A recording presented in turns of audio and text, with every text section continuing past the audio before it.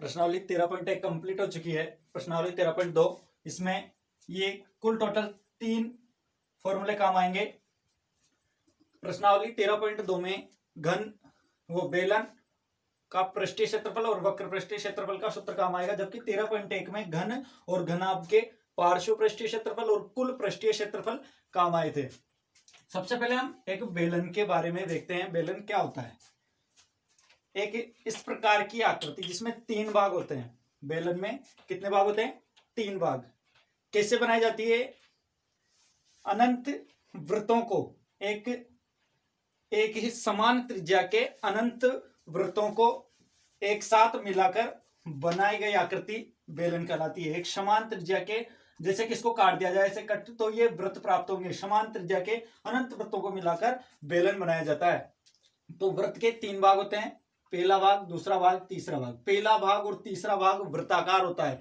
जैसे कि मैं आपको एक कॉपी के माध्यम से समझाता हूं। इस प्रकार ये एक बेलनाकार आकृति है जिसमें ये भाग वृत्ताकार है, ऐसे ही ये वृत्ताकार है। इस प्रकार ये खड़ी हुई आकृति, इसमें पहला भाग और ये तीसरा भाग, ये दोनों वृत्ताकार भाग है। और ये जो बीच का भाग होता है ये वक्र पृष्ठ भाग होता है। जैसे कि ये भाग है, आपको दिखाई दे रहा है, ये इस प्रकार का ये भाग है, ये वक्राकार भाग होता है। इसे वक्र पृष्ठ बोलते हैं। क्या बोलते हैं इसको?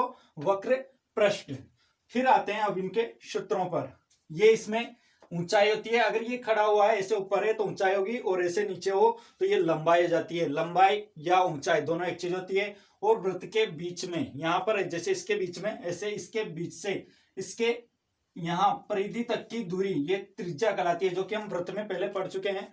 वृत्त में यहां से यहां तक की दूरी होती है त्रिज्या। ऐसे इसमें भी ये होगी बेलन की त्रिज्या।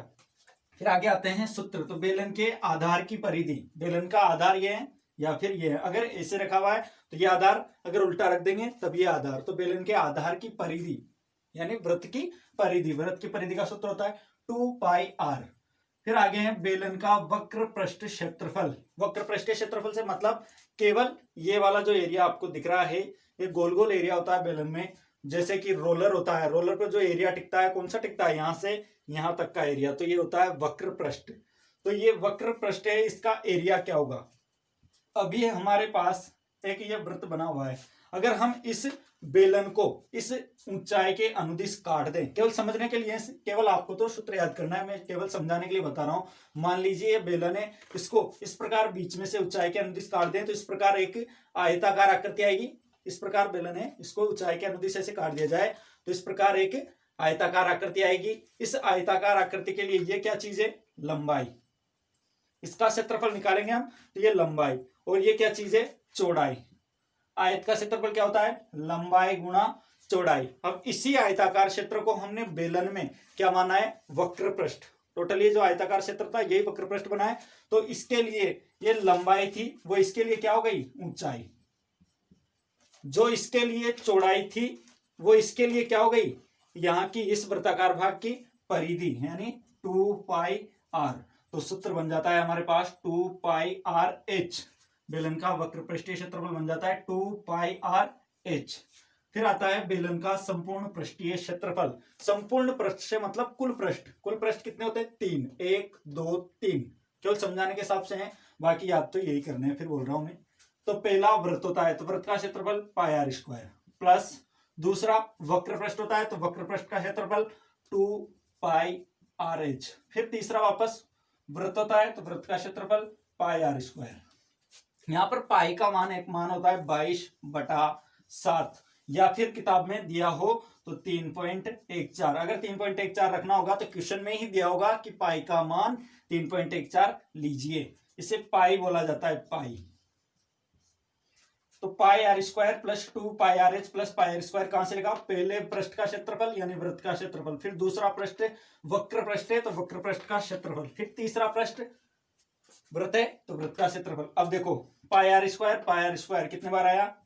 2 बार। तो 2πr² प्लस 2πrh पहले से है, 2πr इसमें से भी है, 2πr इसमें भी है, तो दोनों में से 2πr को माना जाएगा। शेष रहा यहाँ r और यहाँ h। तो ये सूत्र आ गया 2πr bracket r plus h या फिर h प्लस r। तो ये आया 2πr bracket h plus r। हमारे पास 3 सूत्र आते हैं इसमें। बेलन के आधार की परिधि बराबर 2 पाई आर, बेलन का वक्र पृष्ठीय क्षेत्रफल बराबर 2 पाई आर एच और बेलन का संपूर्ण पृष्ठीय क्षेत्रफल बराबर 2 pi r bracket h plus r. यहां पर आर क्या है? बेलन की त्रिज्या। एच क्या है? बेलन की ऊंचाई। अगर एच की जगह उसमें लंबाई दी हुई है तो वो भी एच ही होगी। लंबाई और ऊंचाई दोनों एक ही होती है बेलन में। 13.2 का पहला क्वेश्चन है, ऊंचाई 14 सेमी वाले एक लंबवर्तीय बेलन। लंबवर्तीय बेलन से मतलब होता है वही जो बेलन दिया हुआ है वही बेलन है। लंबवर्तीय बेलन कोई अलग बेलन नहीं है। तो लंबवर्तीय बेलन का वक्र पृष्ठीय क्षेत्रफल 88 वर्ग सेंटीमीटर है। तो बेलन के आधार का व्यास ज्ञात कीजिए। हम पहले त्रिज्या ज्ञात कर लेंगे। त्रिज्या का दुगना ही व्यास कहलाता है। तो जो दिया हुआ है वो लिखेंगे h बराबर 14 सेमी, यानी ऊंचाई दी हुई है 14 सेमी। फिर आगे बेलन का वक्र पृष्ठीय क्षेत्रफल, बेलन का वक्र पृष्ठीय क्षेत्रफल ये दिया हुआ है हमें 88 वर्ग सेंटीमीटर। ज्ञात क्या करना है? व्यास। तो सबसे पहले हमें जो दिया हुआ होता है वही लेते हैं। तो बेलन का वक्र पृष्ठीय क्षेत्रफल बराबर 88 दिया हुआ है। बेलन के वक्र पृष्ठ का सूत्र होता है 2 पाई आर एच, जो कि हमने अभी लिखा है। बेलन का वक्र पृष्ठीय क्षेत्रफल बराबर 2 पाई आर एच बराबर दिया हुआ है 88। अपने हिसाब से तो सूत्र होता है 2 पाई आर एच, जबकि क्वेश्चन में आंसर पहले से दिया हुआ है इसका कि कितना है वो 88 मान रख दें। तो 2 पाई आर का मान अपने पास नहीं है। 2 का मान तो मतलब 2 पहले से, पाई का मान पे 22/7 रख सकते हैं। आर का मान अपने पास मौजूद नहीं है। एच का मान 14 सेमी है। तो एच का मान रख दें 14 बराबर 88। हमें मान चाहिए आर का, क्योंकि आर ज्ञात करना है हमें। आर से ही व्यास निकलेगा। आर का मान मौजूद भी नहीं है। 88 से कैसे ही कोई संख्या बराबर के इस तरफ और दूसरी तरफ ले जाएंगे तो वो गुणा में हो तो भाग में जाएगी। नीचे यहां पर ये गुणा में थी, नीचे जाएगी 2 पाई गुणा 14। आर बराबर 88 बटा 2 गुणा 22। पाई का मान होता है 22/7। तो पाई बराबर आएगा 22/7। नीचे 7 आएगा, वो कहां चला जाएगा? उल्टा होकर ऊपर। 22/7 गुणा 14। यहां 7 से काटे 2 बार, 22 से काटा 22 चौको 88, 2 से काटा 2 बार, फिर 2 से काटा 2 बार, 2 से 2 कट गया 1 बार। तो आर बराबर अपने पास आया 1 सेमी। आर का मान 1 है। हमें निकालना है व्यास का मान। व्यास बराबर होता है त्रिज्या का 2 गुना। त्रिज्या का 2 गुना व्यास कहलाता है। तो व्यास बराबर 2 गुना त्रिज्या। तो व्यास बराबर 2 गुना त्रिज्या का मान 1। व्यास बराबर 2 सेंटीमीटर आंसर। बेलन का वक्र पृष्ठ दिया हुआ है, उसका सूत्र लगाने पर 2 पाई आर बराबर 88। हमें आर का मान निकालना है। शेष पदों को दूसरी तरफ ले जाएंगे, गुणा में है तो भाग में जाएगा। तो आर बराबर 1 सेमी। व्यास का मान निकालना है। व्यास बराबर होता है त्रिज्या का 2 गुना, यानी व्यास बराबर 2 गुना त्रिज्या। तो व्यास का मान आया 2 सेमी। क्वेश्चन नंबर 2 क्वेश्चन है कि धातु की एक चादर से 1 मीटर ऊंची और 140 सेंटीमीटर व्यास के आधार वाली एक बंद बेलनाकार टंकी बनाई जाती है। बंद बेलनाकार टंकी है मतलब ऊपरी पृष्ठ भी रहेगा, वक्र पृष्ठ भी रहेगा और निचला पृष्ठ भी रहेगा, मतलब कुल पृष्ठीय क्षेत्रफल होगा। इस कार्य के लिए कितने वर्ग मीटर चादर की आवश्यकता होगी? तो जैसा कि क्वेश्चन में दिया हुआ है आपके सामने, तो उससे हम लिखेंगे। तो सबसे पहले ऊंचाई h बराबर दिया हुआ है 1 मीटर। फिर इसके बाद व्यास होता है d बराबर दिया हुआ है 140 सेमी। हमें चाहिए त्रिज्या, क्योंकि हमारे जो सूत्र होते हैं उनमें कहीं भी व्यास नहीं आया है। व्यास की जगह आइए त्रिज्या। हमें चाहिए त्रिज्या। तो त्रिज्या होती है व्यास की आधी, मतलब 140 में भाग लगा देंगे 2 का, वो हो जाएगी हमारी त्रिज्या। 2 का भाग लगाएंगे 140 में तो 70 सेमी। हमारे पास जो पहले एक मान है वो मीटर में है, ये है सेंटीमीटर में। जब भी इस प्रकार अलग अलग इकाइयों में मान दिए होंगे तो सभी को सेम यानी समान इकाई में चेंज करना है, तो ये मीटर में है तो इसको भी मीटर में चेंज करेंगे। तो सेंटीमीटर को मीटर में चेंज करने के लिए 100 का भाग लगाया जाता है। 100 का भाग लगाएंगे, एक जीरो से एक जीरो कट जाएगा, ये आएगा 7/10। इसका मतलब एक जीरो है नीचे तो एक अंक के बाद दशमलव लगेगा, यानी 0.7 मीटर। एच का मान आ गया, आर का मान आ गया। अब पूछा गया है कि ये जो बंद बेलनाकार टंकी बनाई जाती है, इस बंद बेलनाकार टंकी को बनाने के लिए कितने वर्ग मीटर चादर की आवश्यकता होगी। तो कुल पृष्ठीय क्षेत्रफल ज्ञात होगा, यानी बेलन या बेलनाकार टंकी का कुल पृष्ठीय क्षेत्रफल बराबर 2πr bracket h plus r। तो मान रखें तो 2 का मान 22/7, r का मान 0.7 ब्रैकेट h का मान 1, h का मान 1 है अपने पास, प्लस r का मान वही 0.7। 22 दूनी 44, 7 से काटें, 7 से 7 एक बार और ये पॉइंट था तो 0.1 बार, तो 44 गुणा 0.1 ब्रैकेट में 1 में जोड़ेंगे 0.7, तो एक पॉइंट नहीं है तो पॉइंट लगा लेंगे, पॉइंट के नीचे पॉइंट आना चाहिए, पीछे वाली संख्या पीछे और आगे वाली आगे, तो 7 1 बीच में पॉइंट यानी 1.7। 44 को 1 से गुणा करेंगे, 44 से कम 44, एक अंक के बाद दशमलव तो एक अंक के बाद दशमलव, गुणा 1.7 से गुणा करेंगे। अब इसको 1.7 से गुणा करेंगे 44 को, तो 44 और 17 से गुणा करना है, पॉइंटों को भूल जाओ कुछ देर के लिए। तो 17 का पहाड़ा 4 बार, 17 चौको 68 हासिल के 6, फिर 17 चौको 68 और 6, 68 में 6 जोड़ लेंगे 74। एक अंकियां है, एक अंकियां, पॉइंट के बाद में जितने अंक होते हैं उन्हें गिना जाता है, तो एक अंकियां, एक अंकियां, कितने अंक हो गए 2 अंक, 2 अंकों के बाद पीछे से गिनते हुए 1 2, 2 अंकों के बाद पॉइंट लगा दिया जाएगा, तो 7.48 वर्ग मीटर। अतः उस बेलनाकार टंकी को बनाने में कुल कितनी चादर की आवश्यकता होगी, 7.48 वर्ग मीटर चादर की आवश्यकता होगी। क्वेश्चन संख्या 3 क्वेश्चन है कि धातु का एक पाइप 77 सेमी लंबा है, लंबाई या ऊंचाई एक ही बात है। फिर आगे, इसके एक अनुप्रस्थ काट का आंतरिक व्यास 4 सेंटीमीटर है और बाहरी व्यास 4.4 सेंटीमीटर है, जैसा कि आकृति में दिखाया गया है। फिर आगे है, ज्ञात कीजिए, सबसे पहला ज्ञात करना है आंतरिक वक्र पृष्ठीय क्षेत्रफल, फिर सेकंड बाहरी वक्र पृष्ठीय क्षेत्रफल, थर्ड है कुल पृष्ठीय क्षेत्रफल। तो जो दिया हुआ है वो लिखेंगे। पहले हमें दिया हुआ है इसमें पाइप की लंबाई या ऊंचाई बराबर 77 सेमी, आंतरिक त्रिज्या 4 सेमी,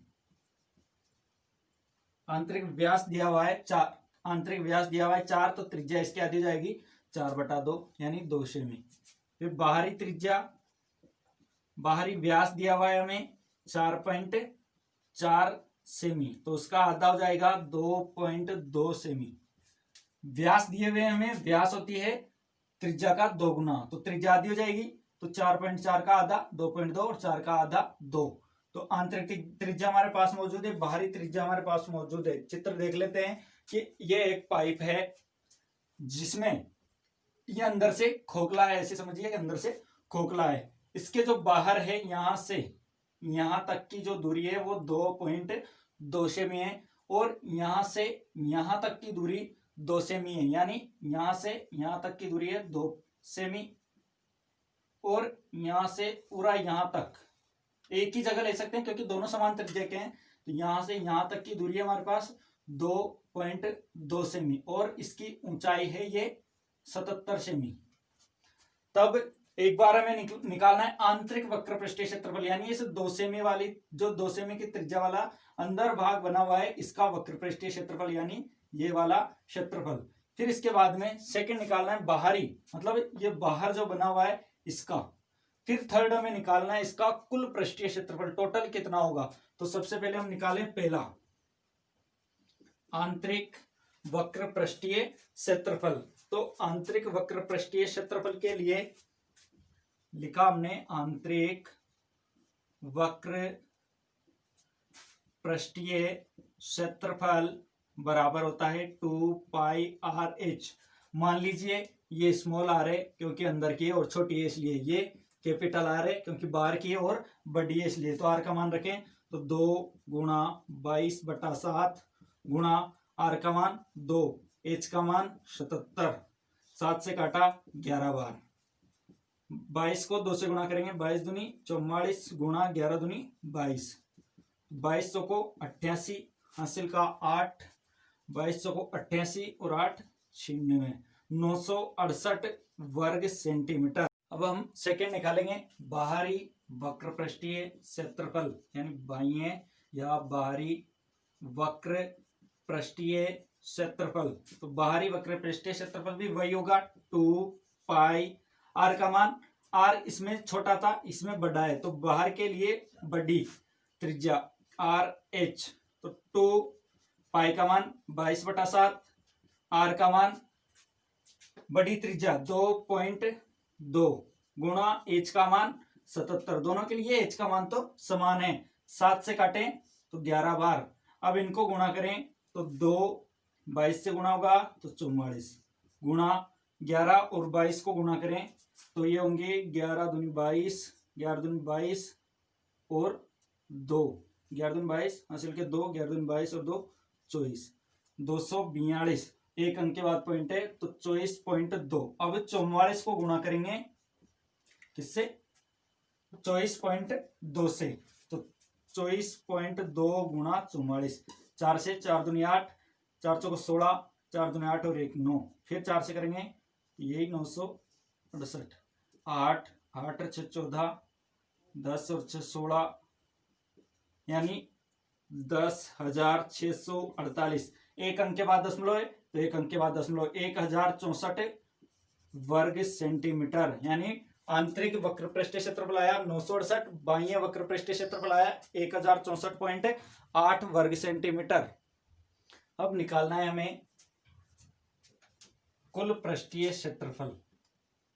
तो कुल पृष्ठीय क्षेत्रफल बराबर क्या होगा, देखो कुल पृष्ठीय क्षेत्रफल, कुल पृष्ठीय क्षेत्रफल मतलब सभी भागों को जोड़ते हैं हम। कैसे, ऊपर वाला भाग, बीच वाला भाग, तीसरा भाग, तीनों भागों को जोड़कर कुल पृष्ठीय क्षेत्रफल ज्ञात किया जाता है।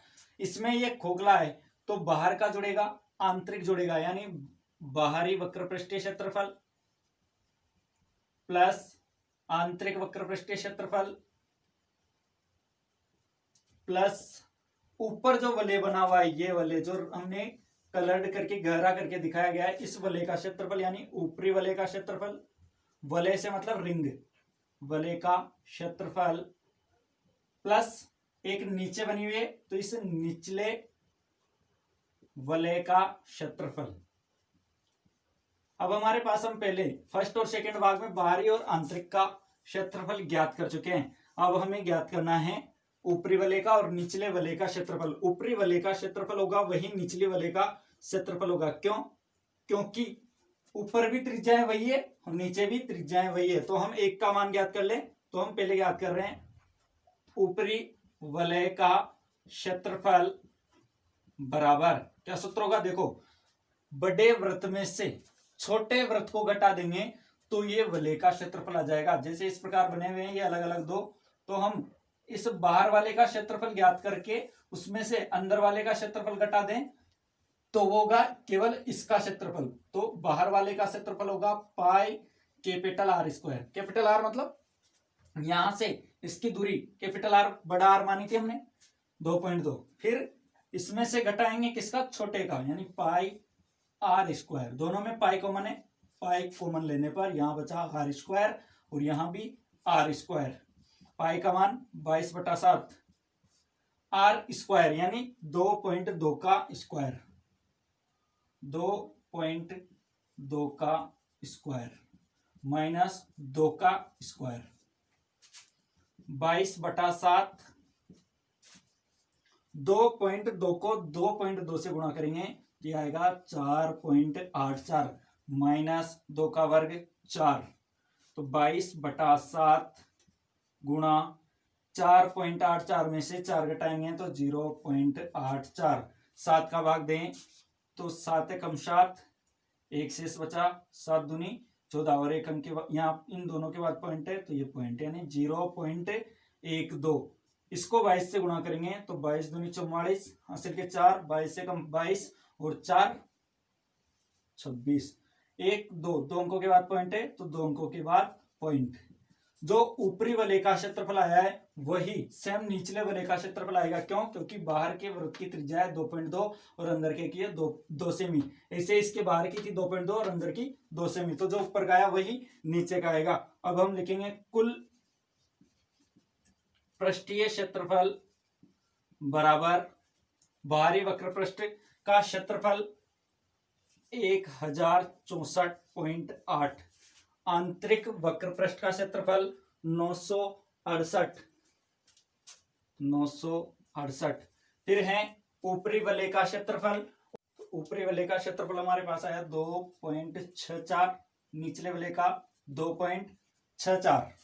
इन सबको जोड़ने पर कुल टोटल होगा 2038.08 वर्ग सेंटीमीटर, जो कि संपूर्ण पाइप का कुल पृष्ठीय क्षेत्रफल है 2038.08।